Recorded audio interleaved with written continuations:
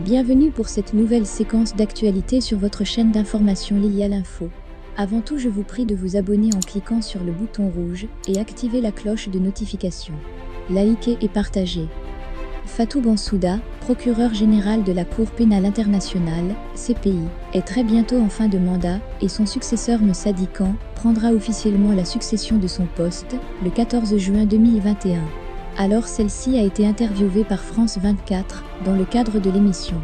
L'entretien, lors de cette émission, la procureure est revenue sur certains points de son mandat au nombre desquels le procès de l'ancien président ivoirien Laurent Gbagbo, qui a été acquitté après une décennie.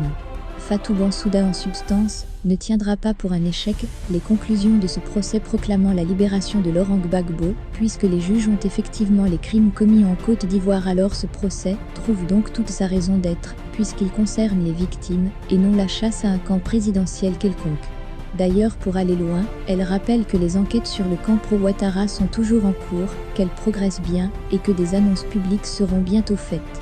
Source: France 24. Alors nous pouvons conclure que le procès des victimes de la crise post-électorale 2010 à 2011 n'est pas encore terminé, mieux il prendra une autre tournure, puisqu'il concernera désormais le camp pro-Ouattara, c'est-à-dire celui du gouvernement actuel.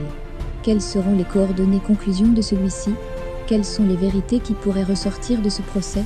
La suite de ce dossier s'annonce très alléchante, alors restez connectés à notre page pour être toujours au premier rang pour recevoir les informations.